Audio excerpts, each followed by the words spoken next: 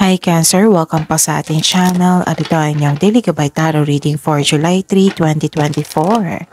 Please be reminded kung naka-resonate kayo, comment down. Kung hindi kayo naka-resonate, ibigay nyo po sa iba kasi channel reading po ito. This is for you, Cancer. July 3, 2024.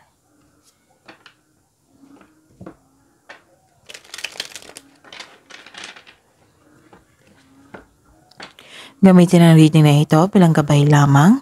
Please like, subscribe, and click the button for notification para updated po kayo sa daily tarot reading natin. Maraming salamat po.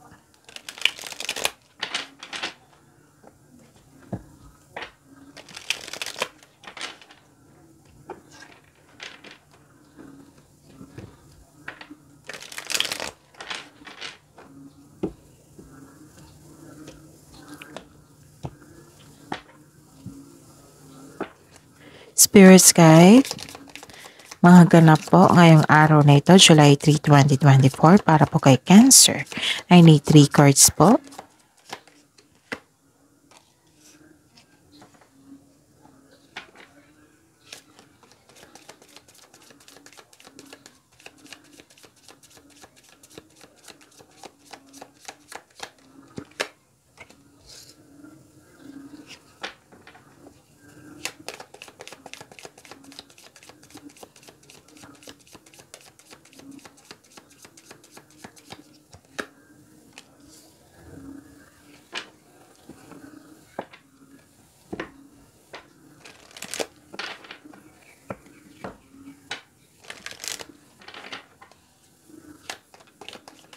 Spirits guys, mga mensahe po para kay Cancer ngayong July 3, 2024. I need 2 cards po.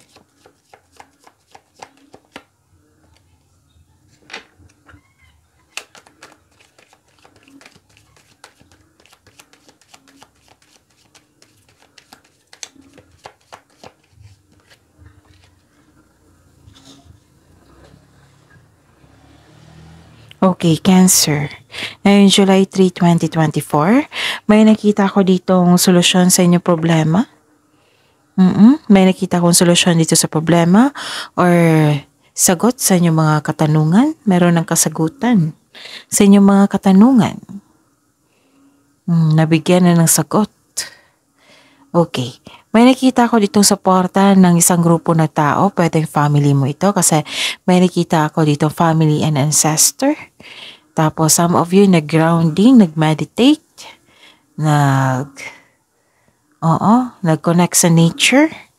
And some of you na okay ang inyong health.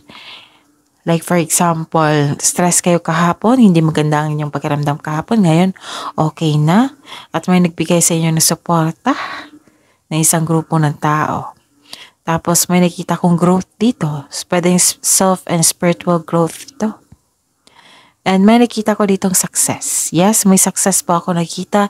And you are happy here. Nagkaroon ng happiness and joy. Nagkaroon ng good outcome. Wow. Cancer.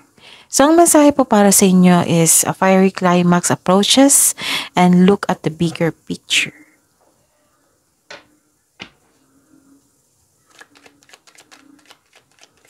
Spirits Guide. Energy po ngayong July 3, 2024 para po kay Cancer.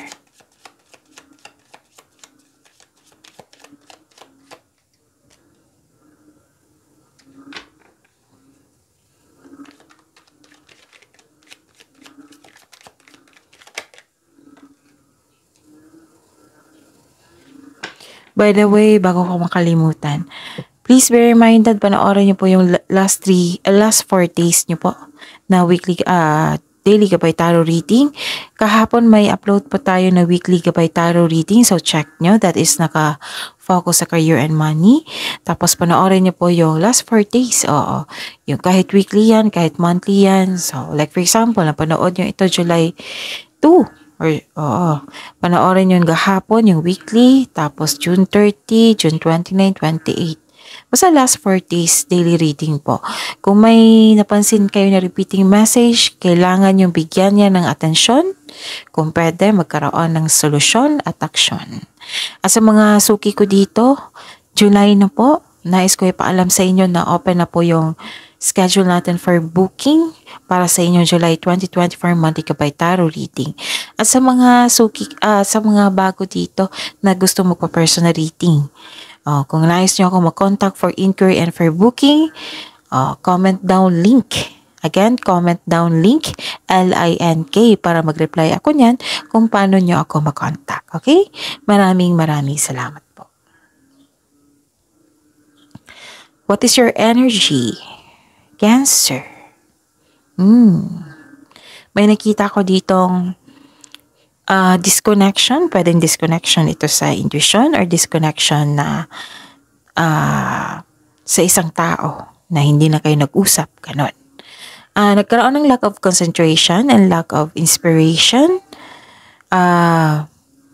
Pwedeng may problema kayo ngayon and you feel cut off from you loving yourself or ayaw mo may kausap ngayon. Ganon.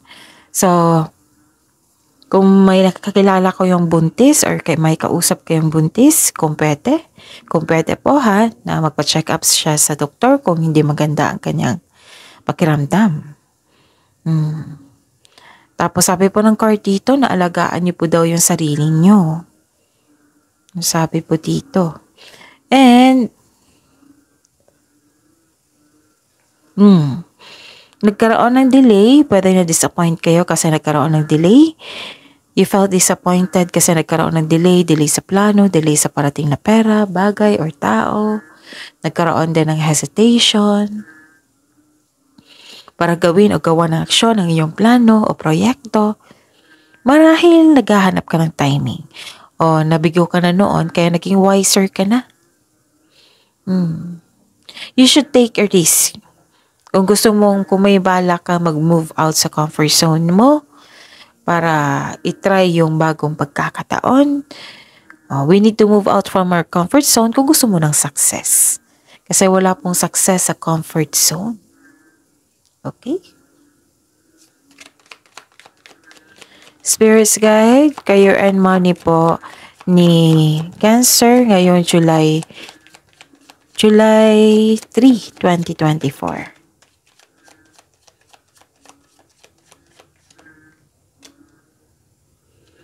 And the clarification po.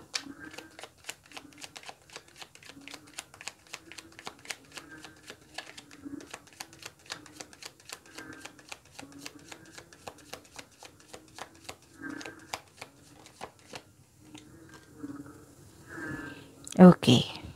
So, sa career and money, nanindigan kayo dito at naging honest kayo sa inyong sarili. And this is your energy card. Nakikita ko dito na may strong person. What I meant is, sabi po dito na humingi kayo ng tulong mula sa inyong trustworthy coworker or taong same kayo ng business industry at tsakin na makagawa ka ng diskarte sa inyong kaperahan at layunin. Okay? Magaling kayong gumawa ng desisyon dito. Sabi po ng card dito, manindigan po daw kayo para sa iyong paniniwala. Focus on your logical at katwiran kaysa umasa sa inyong emotion. So, yun. At may nakita ko ditong, wow. May nakita ko ditong success and enjoyment. Cancer. Yes. Financial security, sir. So, relax and enjoy mo yung achievement mo. Take a break. Baka rest day mo ngayon or bakasyon. Basta sabi po dito na take a break kung ikaw ay nagtatrabaho para pagbalik mo, recharge ka na. Recharge ng inyong energy. Work can wait. You still be abundant after a well-deserved vacation. Some of you may enjoy sa pag-decorate ng bahay, pag-renovate, or nagbakasyon kayo ngayon. So, ang sabi po ng card dito, focus on what brings you the most peace. Naging wise ka na din sa pag-handle ng yung kaperahan. Hindi ka rin madamot at the same time. Okay? May promotion na po na parating. Marami kayong orders, clients, project. Basta may parating po na busy kayo. Okay? So, I consider this is your lucky day. Kasi lumabas din ito. Dalawang card na kasi nagsabi dito na this is your lucky day. Lahat ng tinanim mo nag-bloom. May promotion, may offer, basta busy kayo ngayon. Okay? Ang ganda. Spirit Sky, Love Life, Self-Love, Partnership, and Romance ni Cancer ngayong July 3, 2024. Nga pala, may bago tayong love channel. Oo, new channel po. Kung gusto nyo malaman kung valid mo ba ang reason ng inyong pakiramdam ngayon, kung gusto nyo malaman yung ano yung nasa isip niya ngayon ng person mo, kung ano yung gusto niya sasabihin, kung ano yung next action niya, kung kamusta yung feelings niya ngayong araw na ito. Kasi daily ka pa yung tarot love reading eh. So, huwag niyong kalimutan mag-subscribe doon sa bagong channel natin. Andun po yung love reading, full love reading. That is every day. So, andun po. So, kung gusto nyong malaman kung paano yung mag-connect, yung link ng bagong channel natin, comment down love link. Again, comment down love link. Kasi mag-reply ako niyan kung ano yung link para diretso na sa channel natin. Okay?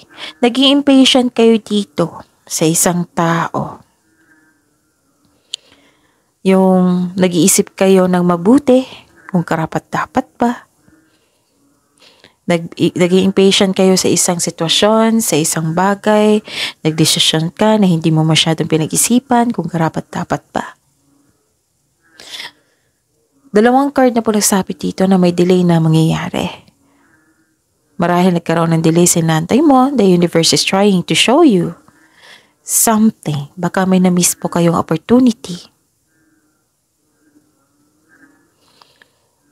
Baka magkaroon ng delay kasi kailangan magkaroon ng awakening or realization bago dumating yung delay.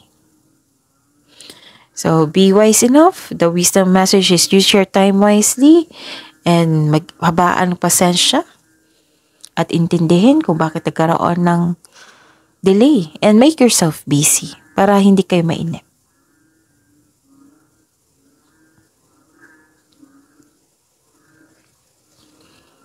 At may nakita ko dito na pressured kayo, feeling exhausted. Yung umabot na sa gusto mo mag-give up pero ayaw. Ganon. Ayaw mong tapusin yung connection, yung relasyon. Pwede din na pinapressure mo yung sarili mo para magtagumpay. Or may kasamahan ka na perfectionist kaya ka nahihirapan. May ganap na intriga, kaya huwag kayong magpa-apekto sa intriga. And sabi po dito, mag-ingat po daw kayo sa taong manloloko. Kasi may nakita ko ditong taong manloloko eh. Pwedeng isip-isip mo na siya ngayon. Kaya nakikita ko dito na nagbabalanse ka sa inyong desisyon. Don't rush things, mag-isipan po na mabuti. Tapos kung feeling exhausted ka sa isang connection, pwede naman na bigyan mo ng space ang iyong sarili. Tapos para ma-re-energize ka at magbigyan ng chances na ang iyong sarili na mag-reconnect sa inyong intuition. Huwag niyong i-pressure ang iyong sarili. Okay? Isa-isa lang, sabi po ng card. One at a time. Huwag niyong pahirapan yung sarili niyo. Kasi kakampi mo yung sarili mo. Okay? Huwag mag-say yes kung hindi naman akma sa inyong schedule. Baka isa to sa dahilan na burnout kayo. Pero may dito eh. Pagod na. Kaya some of you nag-take vacation ngayon. Yes. Ang ganda ng nyo ha. Lalo na sa career and money nyo, ang ganda. Lucky day, success, abundance, growth, ang ganda.